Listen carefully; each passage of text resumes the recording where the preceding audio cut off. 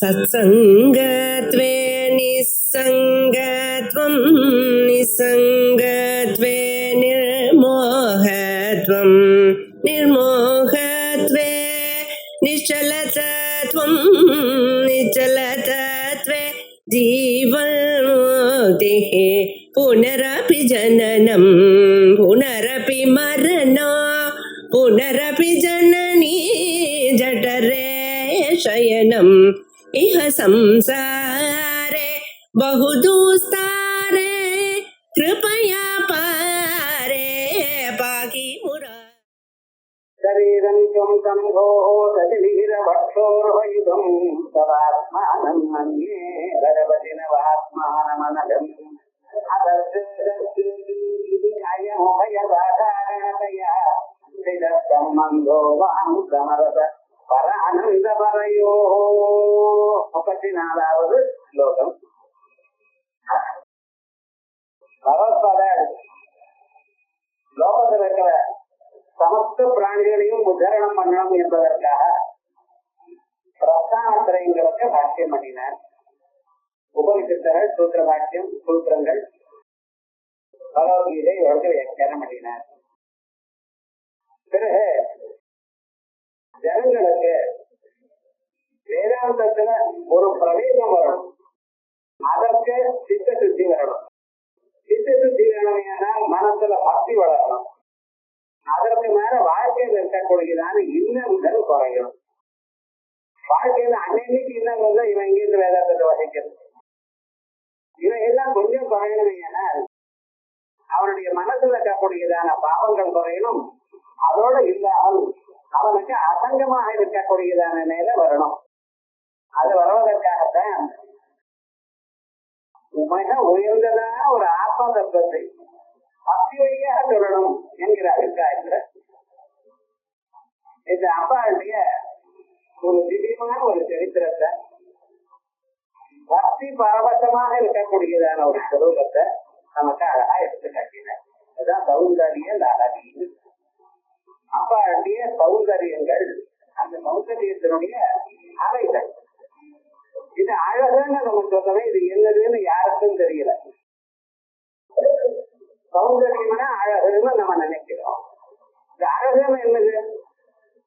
அழகா இருக்கான வெளுப்பா இருந்தா அழகுன்னு சில பேர் சொல்றான், குண்டா இருந்தா அழகுங்கிறான், ஒல்லியா இருந்தா அழகுங்கிறான். யாருக்கும் தெரியல. அவங்களுடைய பார்க்கிற பார்வையில அழகு இருக்குதுன்னு சொல்றான். ஆனா அவளுடைய சுரூபம் சொல்லும் பொழுது மகா லாவண்ய சேவதி. உலகத்துல யாராவது எதாவது அழகுன்னு நினைக்கிறோம் எல்லாமே இங்கதான் இருக்கு. இதுல சில பகுதிகள் இருக்கின்றதான் சில பேர் அழகுன்னு சொல்லிக்கிறேன். ஆகையால் அந்த அழகுக்கு இன்னது என்று சொல்ல முடியாது. பார்க்கிறவன் கண்ணதியும் பார்க்கிறவன் மனதிலையும் அழகு இருந்த போதிலும் யாரு எதை பார்த்தாலும் அம்பாட பார்த்தாலும் அது அழகுங்கிறது எல்லோரும் கருதப்படக்கூடியதான ஒரு சொரூபம் அங்க இருக்கு. ஆகையால் தான் மகாலாவண்ய சேவதி. அங்கம் அங்கமாக பார்த்தாலே அம்பாளுடைய அழகு வேற யாருக்கும் இருக்காது. அப்படி இருக்கு. அதான் அநாதலித விராஜிதா அப்படின்னு அம்பாளுடைய மகாகட்ட மாதிரி மகாகட்ட உலகத்துல வேற யாருக்கும் இல்லை. 14 கௌரவங்கள் இல்லை. இது உபலட்சணம். அதே போல ஒவ்வொரு அவயவமும் அப்படி விசேஷமாக இருக்கு. அப்படின்னு சர்வ லட்சண லட்சண்யோ லட்சுமிவந்தமி செஞ்சயா அப்படின்னு சொல்றாங்க.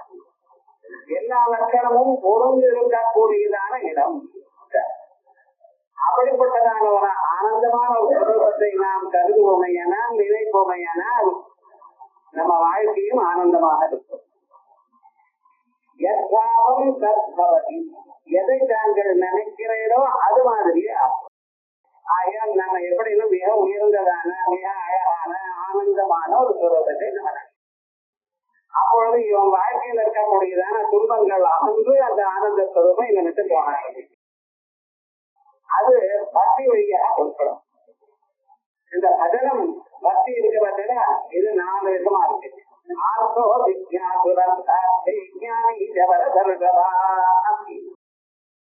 கவலை வந்தவரே பகவான தியானம் பண்றது. சாதாரண அவனுக்கு 90% விடுதான். தினந்தோறும் இந்த பக்கம் அந்த பக்கம் போயிட்டு இருப்போம், நம்ம தெரியாது. ஆனா ஏதோ கவலை வந்தா கோவிலுக்கு முன்னால கோபுரம் முன்னாள் நின்று சேவிச்சு ஒரு 10 நிமிடம் நமஸ்காரம் பண்ணி மீதி நாள் மார்க்கெட்டுக்கு போயிட்டே இருக்கோம். சரி பார்த்தாரு அவ்வளவு அதாவது ரெண்டு போறதே தவிர பகவான தியானம் பண்றது கிடையாது. இது கவலை வந்த பிறகு கவலை நீங்கணும்னு நினைக்கிற பார்த்தீங்கன்னா இது முதல் படிகள். அந்த பகவான் தெரிஞ்சிருக்காங்க யாரு என்னது என்று அறிந்து கொள்ளணும்னு ஒரு அவாவோட தெரிஞ்சுக்கிற பார்த்தீங்கன்னா அது புரிந்து கொள்வதற்காக முயற்சி பண்றானே வழக்கு விஞ்ஞானம். எல்லாத்தை விட வாழ்க்கையில எல்லா விதமான நன்மையும் நான் அடையணும் எனக்குரியதான ஆசையோட அதுக்கு ஒரு சாதனமாக பகவான தியானம் பண்ணி பகவான் ஒத்துழைக்கிறாங்கத்தான் நடக்கும் என்று நினைச்சு அதற்காக முயற்சி பண்றோம் பார்த்தீங்களா. இதுக்கு அர்த்தாப்தின்னு கரைத்துல எனக்கு விவரம் ஒண்ணும் வேண்டாம் பகவஸ்வரூபமே வேணும் அப்படிங்கிற ஒப்பிக்காக மட்டும் நினைக்கிறான் பார்த்தீங்களா. அவன் தான் கரைத்துல ஞானி. அந்த ஞானமும் பக்தியும் ஒன்றுதான். அந்த பக்தியினுடைய பராகாஷ்ட ஞானம் அப்படிப்பட்டதான அந்த ஞானம் நமக்கு வரணுமே என ஒரு வழி சொல்லிய உபனிஷத் பிரதிபாத்தியமான வழி. அது என்னது? சமதமாதி சாதன சம்பத்தோட அந்த கர்மன் நிகிரகம் புலன்களை அடக்கிறது, சமாதானமாக இருக்கிறது, சுகதுக்கங்களை பொறுத்து கொள்றது, இப்படிப்பட்டதான குணங்களோட வைராக்கியத்தை பரிபூர்ணமாக வரவழைத்துக் கொண்டு அதற்கு பிறகு எது நித்தியம் எது அனித்தியம் இது தெரிந்து கொண்டு மோட்சத்தில் தீவிரமான ஒரு ஆசையோட இறங்கி அதையே தியானம் பண்ணி கொண்டிருப்பது. இப்படி சமமான தியானங்கள்னால அடையிறது என்கிறது ஒரு வழி இருக்க. அந்த வழி எல்லோராலையும் எப்பொழுதும் முடியாதப்பா. ஆகையால் அவளுக்கும் ஒரு நல்ல இதுக்கு வரத்துக்கு ஒரு வழி காட்டணும் எனக்கூடியதான எண்ணத்துல இந்த ஒரு சொரூபத்தை இந்த வாழ்க்கையில் இருக்கிற இன்னங்களும் போகணும். இதுவும் நடக்குது. துறந்துட்டு எல்லாத்தையும் துறந்து ஆத்ம தத்துவத்தை அறிவது மிக சிறந்ததான வழியாக இருந்த போதிலும் அதை அந்த அளவுக்கு பரிபக்குவம் இல்லாதவா இல்லறத்திலேயே இருந்து அந்த தத்துவத்தை எப்படி புரிந்து கொள்றது? நம்ம வசிஷ்டர் வாமதேவர் இவர்கள்னா இல்லறத்துல இருந்து தான் ஆக்கிரம ஞானத்தை இழந்தவர்கள் யாக்கி வைக்கிறார்கள். ஆனா அது ரொம்ப கஷ்டமாச்சு. அதுக்கு வழி என்ன அப்படின்னு வந்து அந்த இல்லறத்துல ஒருத்தருக்கு புரிந்து கொள்ளணும். யாருக்கு? ஆத்துக்காரர அந்த அம்மாவும் அந்த அம்மாவை ஆத்துக்காரரும் புரிந்து கொள்ளணும். புரிந்து கொள்றதுன்னா என்ன அப்படின்னு கொஞ்சம் நம்ம தெரிஞ்சுக்கணும். அவரை பத்தி எனக்கு என்ன தெரியுமே, பயோடேட்டா வச்சிருக்கேனே அதுவா, அது புரிஞ்சுக்கணும். அந்த அம்மாவை பத்தி எனக்கு என்ன தெரியுமே அது லாபம். அவர் சொல்லாமலேயே அவருக்கு எது பிடிக்கும், அதே மாதிரி அந்த அம்மா சொல்லாமலேயே இவருக்கு எப்படி நடந்து கொள்ளணும் அப்படிங்கிற விவகாரம் புரியும். இதுதான் சாமரஸ்யம்னு தெரியும். அப்படி நாம் சொல்லாமலேயே நம் மனசுக்கு இஷ்டமான பொருளை அவர் நடத்தி கொண்டிருக்கார் என்று சொன்னால் அது ஒரு சந்தோஷம். இது கேட்டு வாங்குறது இல்லை, கேட்காமலேயே வாங்கி கொடுக்கிறது. அதே போலயே கேட்காமலேயே அந்த அம்மா இவருக்கு வருவது. இப்படி ஒருத்தர் மனசு ஒருத்தர் புரிந்து கொண்டு ஒரு செயல்படுவாரையானால் அப்பொழுது அந்த இல்லறம் மிக சிறந்ததாக. இதுதான் நம்ம நாட்டுல நாம் எதிர்பார்க்கக்கூடியதான ஒரு. இதை சொல்லும் பொழுது மம சுகா சகர்ம ஜரீதவா அப்படிங்கிறார். ஜனகர் சீதையை ராமனுக்கு கொடுக்கும் பொழுது இயம் சீதா மம சுகா சகர்ம ஜரி, உன்னோட தர்மத்தை அனுஷ்டானம் பண்ணுவா அப்படின்னு. இது ஆட்சி கல்யாண நாள்ல கல்யாணமாயி 12 வருஷங்கள் ஆச்சு. பட்டாபிஷேகம் பண்ணணும்னு நினைத்தார் தசரதன். சரி இல்லாம தீர்மானமாச்சு. அடுத்த நாள் காலமே பட்டாபிஷேகம் இல்லை, காட்டுக்கு போகணும்னு சொன்னார்.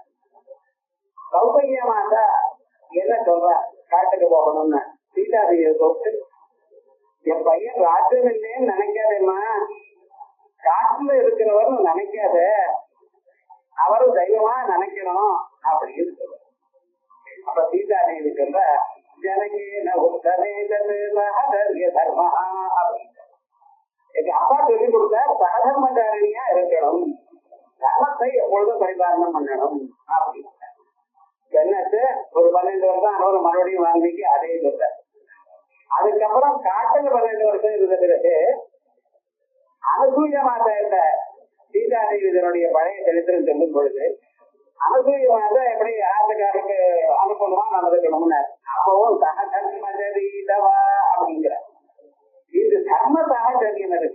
இது ரொம்ப முக்கியம். இது கர்மசாகரிகள ஸ்திரீகளுக்கு மட்டுமல்ல புருஷாளுக்கும். தான் எந்த தர்மம் பண்ணி கொண்டிருந்த போதிலும் அந்த தர்மத்தை ஸ்திரீகளை சேர்த்து பண்ணணும். அதே போல ஸ்திரீகளும் புருஷாளுக்கு அனுகூலமாக இருந்து கொண்டிருக்கணும். லௌகிகமான விஷயம் எனக்கு இது பிடிக்கும் அது நீங்க பிடிக்கும் எப்படியாவது இருக்கும், அதெல்லாம் என்ன. ஆனா இந்த பாரலௌகிகமான விஷயத்துல அவ ரெண்டு பேரும் ஒன்னா சேர்ந்து செயல்படணும். இது ரொம்ப முக்கியம். அப்படி செயல்பட்டால்தான் அந்த வாழ்க்கையில ரெண்டு பேரும் முன்னுக்கு வரலாம். அந்த கர்மத்தை ரெண்டு பேரும் பண்ணினோம் ஏன்னா ரெண்டு பேருக்கு அதிகமான லாபம் வரும். இண்டிவிஜுவலா தனித்தனியாக பண்ணினா அவளுக்கு மட்டும்தான் லாபம். அதான் கிரகஸ்தாசிரமம் எல்லா ஆசிரமத்தை விட சிறந்தது. அப்படிப்பட்டதான கிரகஸ்தாசிரமத்துல சாமரஸ்யம் வேணும். அந்த சாமரஸ்யத்தை சொல்லக்கூடியதா ஸ்லோகம் இது.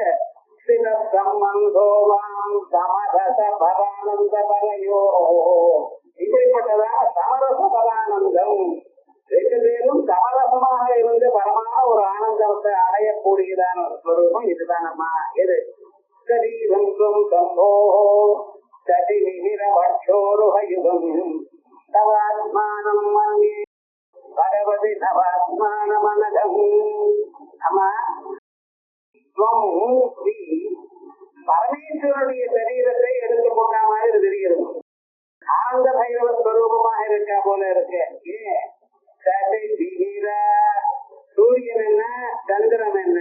சந்திரன் சதி மிகிரம் சூரியன் இவா ரெண்டு பேரும் உங்களுடைய பட்சோரகமாக ஸ்தனங்களாக காணப்படுகிறது. உன் சரீரமும் அந்த பரமேஸ்வரன் சரீரமாகவே காணப்படுறது. இப்படி நவாத்மானம் நவாத்மானம் புதிதாக அப்போது ஏற்பட்டதான நவவியூக ரூபமாக இருக்கு. அதனால என்ன ஆச்சுன்னா இதனால இப்ப என்ன தெரிகிறது, எது சேஷம் எது சேஷி, எது பிரதானம் எது அங்கம் எனக்கூடியதான பாகுபாடு இல்லாமல் போய்விட்டது. கர்மம் பிரதானமா கர்மி பிரதானமா தெரியல. ஒரு நெருப்பு இருக்கு, நெருப்பு எனக்கூடியது ஒரு தர்மி, அதுல சுடும் தன்மை இருக்கு. அதே போல இங்க பரமேஸ்வரன் பிரதானமா அம்பாள் பிரதானமா தெரியலையே. பரமேஸ்வரனுடைய சரீரம் காணப்படுறது, ஆனா அங்க இருக்கக்கூடியதான சக்தி அம்பாளுடைய சக்தி இருக்கு. அவன் ரெண்டு பேருக்கு இருக்கக்கூடியதான கால வியூகம், குல வியூகம், நாம வியூகம், ஞான வியூகம், சித்த வியூகம், நாத வியூகம், சித்து வியூகம், கலா வியூகம், ஜீவ வியூகம்னு 9 வியூகங்கள், 9 கூட்டங்கள். அந்த 9 ஸ்வரூபமும் ஒன்னாகத்தானே காணப்படுறது. பரமேஸ்வரனுக்கு சிவன் பேரு, அம்பாளுக்கு சிவான்னு பேரு சாதாரணமா இருக்கு. திருஷ்டி பிரம்மாத திரோதான அனுகிரகம் எனக்கூடியதான 5 கிருத்தியங்களும் பரமேஸ்வரன் பண்றார். ஆனா 5 கிருத்தியங்களை நடத்தி வைக்கக்கூடியவள் அம்பாள். அந்த ரெண்டு பேருக்கும் ஒரே ஸ்வரூபம். தலையில சந்திரபுர பரமேஸ்வரனுக்கு உண்டு, அம்பாளுக்கும் உண்டு ரூபம். அதே போலயே பரமேஸ்வரனுக்கு இருக்கக்கூடியதான ஆயுதங்கள் எல்லாம் அம்பாளும் வைத்துக் கொண்டிருக்கார். அதாவது ஆயுதம் இப்படி எல்லா ஞானம் பரமேஸ்வருடைய அம்பாள தியானம் பண்ணினா அம்பாள் என்ன கொடுக்கிறார்? சிவஞான பிரதாயினி, சிவஞானத்தை கொடுக்கிறார். சிவஞானம்னா என்னது? அதுவா எந்த ஞானம் தான் மனிதனுக்கு முக்தி கிடைக்குமோ அந்த ஞானத்துக்கு சிவஞானம் உண்டு. பரமேஸ்வரன் ஆராதனை ஞானம் மகேஸ்வர ஆதித்தே ஞானம் தான் அவரு கொடுக்கிறார். அம்பாளும் அதை தான் கொடுக்கிறார். இப்படி நவவியூகமனகம் நவாத்மானமனகம் அதத்தே தத்தே தீவி அயமுபயதாரணதையா ஆகிய அந்த தேசம் தேதி இதுதான் உயர்ந்தது, இதுதான் குறைச்சல் எனக்கூடியதான எல்லாமே உபயதாதா. அவளை தெரியலன்னா உபயதாதாரணதையா சம்பந்தோவாம். உங்க ரெண்டு பேருக்கும் இந்த சம்பந்தம் ஒன்றாக இருக்கு. எப்படி சமரச பரானந்த பரையோ சாமரஸ்யம் சமரச பாவம். இவர் வசதியா அவர் வசதியா எனக்கூடியதான எண்ணம் இல்லாமல் இது பார்க்க. சாதாரணமா அவங்க எப்படி மதுரை சம்பிரதாயமா சிதம்பரமானு கேட்பான். மதுரை சம்பிரதாயம்னா அந்த மாதிரிதான் ஆயிடுது. சிதம்பரம்னு சொன்னா இவர் தான் ஆயிடுது. நீங்க எங்க ஒரு மதுரையா சிதம்பரமானு கேட்பா சாதாரணமா. இல்ல ரெண்டும் இல்ல தஞ்சாவூர் சொல்றது. இது விவகாரம் என்னதான் சமயத்துக்கு தகுந்தா போலேன்னு அர்த்தம், வேற ஒண்ணு இல்லை. சமயத்துக்கு தகுந்தா போலேன்னு எப்படி வைதிகமான காரியங்கள்ல பாரம்பரியமான காரியங்கள்ல கர்மானுஷ்டானம் பண்ணும் பொழுது அந்த புருஷன் பண்ணி கொள்ளும் பொழுது கூட ஒத்துழைக்கலாம். லௌகிகமான காரியங்கள்ல வீட்டை நடத்துறது மற்ற காரியங்கள்ல ஸ்திரீகளுக்கு தான் பிரார்த்தனை. இதுதான் தாமரை. லௌகிகமான காரியங்கள்ல வீட்டை கவனிச்சுக்கிறது, எல்லாம் வரவு செலவு பார்க்கறது, மற்ற விவகாரங்கள் எதுக்கு எப்படி கவனிச்சு பண்றது, இவைகள்லாம் ஸ்திரீகள் தான். ஹோம் மேனேஜ்மெண்ட்ங்கிறது வீட்டுல அவ்வளவுதான். இவர் எப்படி இந்த வீடு முன்னுக்கு வரணும், ஏன்னா பேரம் பேசி அவளுடைய குழந்தைகள் வரைக்கும் எல்லாம் சௌக்கியமா இருக்கணும்னு சொன்னா அதுக்கு என்னென்ன உபாதனங்கள், என்னென்ன கர்மாக்கள் பண்ணணுமோ அதுக்கு வேண்டி இது தேடி கொண்டு வந்து குடிச்சு அது பண்ணணும். நீங்க பண்ணக்கூடியதான ஜபமானது உங்களுக்கு மட்டும் இல்லை, உங்க குழந்தைகளுக்கும் உங்க பேரனுக்கும் உங்க பேரனுக்கு குழந்தைகள் வரைக்கும். ஆகையால் ஒரு ஜபம் பண்ற நியாயத்தில் ஜபம் பண்ணிட்டு இருக்கேன், ஒரு அம்பாளுடைய ஜபம் பண்ணிட்டு இருக்கேன்னு அந்த ஜபமானது எதுக்கு எனக்கு மட்டும் இல்லை, 3 பூர்ணம் இருக்கு. அதோட மட்டும் இல்லாமல் உங்க அம்மா அப்பா, அவளுடைய அம்மா அப்பா, அவளுடைய அம்மா அப்பா, அது வரைக்கும் அவ ஏதாவது தப்பு பண்ணி ஏதாவது நடக்காத லோகங்கள் போனாலும் நீங்க பண்ணக்கூடியதான ஜபங்கள்னால அவளுக்கு உத்தம லோகம் கிடைக்கும். அதான் ஆதம் சத்திய லோகான உபரிடம் சொல்றது. 7 லோகங்கள், 7 ஜெனரேட்டர். உங்களுக்கு கீழே போக உங்களுக்கு மேல. ஆகையால் இந்த சௌந்தரலஹரி கிரந்தங்கிறது சாதாரண கிரந்தம் இல்லை. ஒவ்வொரு ஸ்லோகமும் ஒரு மந்திரம் இது. இதை நம்ம அனுசரணம் பண்ணி கொண்டிருந்தோம்னா இந்த குடும்பம் முழுக்க அந்த டோட்டல் யூனிட் காப்பாற்றப்படும். அது எப்படி அந்த சாமரஸ்யம் வரணும், 2 பேருக்கும் சண்டை இல்லாமல். சண்டைன்னா எந்த லௌகியமான சண்டை இருக்காது, சண்டை இருக்கணும் குடும்பத்துல. பழைய நாள் என்ன சொல்லுவா, சட்டாட்டகம் இது சேராதுப்பா. இப்ப சட்டாட்டகம் சேரும், அனுகூல சட்டாட்டகமா இருக்கு. ஏன் அனுகூல சட்டாட்டகம்? எந்த ஒரு ப்ராப்ளம் வந்தாலும் அவர் ஒண்ணு சொன்னா இது இப்ப ரைட்டா தப்பா, ஏன் இப்படி பண்றேன் அப்படின்னு யோசனை பண்ணி சொல்லுறேன். ஸ்ரீராம் அதிர்ஷ்ட பட்டத்துவம்ங்கிற காரியம் படிக்காமலேயே அவ அங்கே இங்கே என்னென்ன நடக்கிறது என்ற பார்த்து அறிந்து அதுக்கப்புறம் தான் ஒரு அடியை வைப்பான். நம்ம பாட்டுக்கு நினைச்சு திடீர்னு பாஞ்சு விடுறது இல்லை. ஒரு காரியம் பண்ணணும்னு 10 தடவை யோஜனை பண்ணி இதுக்கு அப்புறம் ஏதாவது விளைவு வருமா யோஜனை பண்ணிட்டு தான் பண்ணுவாங்க. அப்படி இருக்கணும். அப்படி அதுக்காக யோஜனை பண்ணிட்டே ஜென்மம் முழுக்க இருந்ததுன்னா ஒரு காரியமும் நடக்காது. அதுக்காக அதான் சமரசம். அப்ப என்ன, ஒருத்தர் யோஜனை பண்ணணும், ஒருத்தர் வேகமா போகும்போது அது என்ன ஏது என்று யோஜனை பண்ணி தெரிஞ்சு இருக்கணும். அப்படி அந்த 2 பேரும் இருக்கிறதுக்காக விசேஷமாக சாமரஸ்யம். அந்த சாமரஸ்யம் குடும்பத்துல வரணுமையானால், அந்யோன்யமாக இருக்கணுமையானால், ஒருத்தருடைய மனத்தை ஒருத்தர் புரிஞ்சு அந்த தர்ம காரியங்கள் ஒழுங்கா நடக்கணுமையானால் அதற்கு இந்த ஸ்லோகம் ரொம்ப முக்கியம். இத நித்யா மந்திரங்கள்ல நித்தியத்தினா நித்யான்னு சொல்லுவாரு இந்த மந்திரத்தை. அந்த மந்திரமும் இந்த ஸ்லோகத்தில் தான் உத்தாரமா இருக்கு. சரீரம் சொந்தம் போஹோ சதிரவட்சோரோஹிதம் தவாத்மானம் அந்நே பகவதி நவாத்மானமனகம் அதத்தே சத்தேதி. நான் தான் உயர்ந்தவன் இல்ல நான் தான் உயர்ந்தவள் அப்படின்னு நினைக்கப்படாது. அது தெரியலையுமா, இது அபயமும் இது உபயம் உபய சாதாரணதையா, எல்லாமே சாதாரணம். யார் உயர்ந்தவர் யார் சார்ந்தவர், எப்படி இந்த வீடு நடக்கிறதுன்னு யாருக்கும் தெரியாது. எல்லாரும் நடக்கிறது. உங்க 2 பேருக்கும் பார்வதி பரமேஸ்வராளுக்கு இருக்கிற சம்பந்தமும் அந்த பரமாத்மாவுக்கும் சக்திக்கும் இருக்கிற சம்பந்தம் பவானி சங்கராள்னு சொல்றோம். அல்லது அந்த 2 பேருக்கும் இருக்கக்கூடியதான சம்பந்தம் ரூபரகிதமான பரமாத்மாவுக்கும் அதுல இருக்கக்கூடியதான தெய்வாத்மகத்தின் கூடாம் எனக்கூடியதான அவளுக்கு இருக்கிற சம்பந்தம் என்ன அப்படின்னு கேட்டா இல்லது என்று சொல்ல முடியாதான்னு. அதான் சமரசம், ஐக்கியம் ஒன்றாக போட்டு. அதான் சாமரஸ்ய ஸ்வரூபம். சிவசக்தி ஐக்கிய ரூபிணி இருக்கிறது ஒரே தத்துவம் தான். சிவதத்துவம் என்று சொல்வேடா அல்லது சக்தி தத்துவம் என்று சொல்ல முடியும், ஒண்ணு சொல்ல முடியல, ஐக்கியம்னு சொல்றது. அதான் இங்க பரமானந்த பரையோ இப்படிப்பட்டதான ஒரு பதார்த்தம். இதை ஞானம் மற்றவர்களுக்கு என்ன பலம் வரும்? இப்படி பார்வதி பரமேஸ்வரால் ஒன்றாக இருந்திருக்கா, 2 சரீரமாக இருக்கே தவிர இருக்கக்கூடியது ஒன்றாகத்தான் இருக்க தத்துவம் என்று அது தியானம் பண்றவாளுக்கு என்ன கிடைக்கின்ற என்ன கிடைக்காதுன்னு கேட்க. அவளுக்கு லோகத்துல எது வேணும்னாலும் கிடைக்கும். ஆனா அவ எப்படி ஆயிட்டான்னு, இந்த குடும்பத்துல ஒரு ஆனந்தம் இருக்கிறதுனால இது வேணும் எனக்கூடியதான எண்ணம் இல்லாதவா ஆயிட்டார்.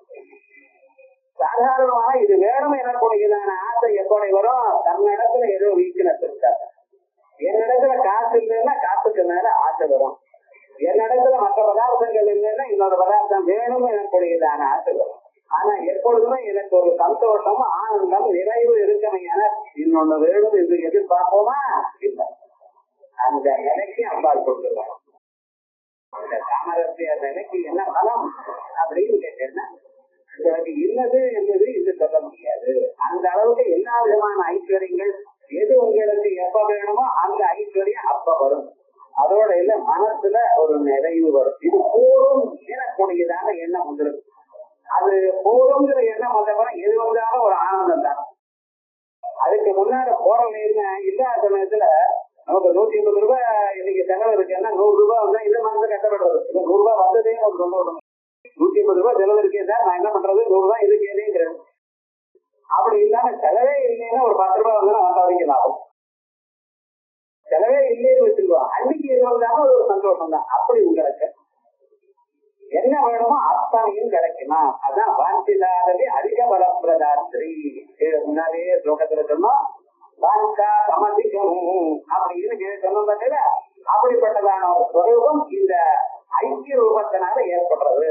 இதுதான் வையம் சுரகம் மதகரி மாமுடம் சிவிகை கையும் கனகம் பெருவிலை ஆரம் பிறை முத்திட ஐயன் திருமுடியால் அடியார் மதற்கு அன்பும் முன்பு செய்யும் தவமுடைய தனக்கு வாங்கிய சின்னங்களே அப்படின்னு அந்த சக்திக்கு ரூபமாக இருக்கக்கூடியதான ஸ்வரூபத்தை பார்க்கிறவாளுக்கு, தியானம் பண்றவாளுக்கு ஏற்படக்கூடியதான பலங்கள் இது அப்படின்னு சொல்லி இந்த ஸ்லோகத்தை குடும்ப சாமரஸ்யத்துக்காக, தம்பதிகள் ஐக்கியமா இருக்கிறதுக்காக தியானம் பண்ணக்கூடியதான ஸ்லோகம் இது.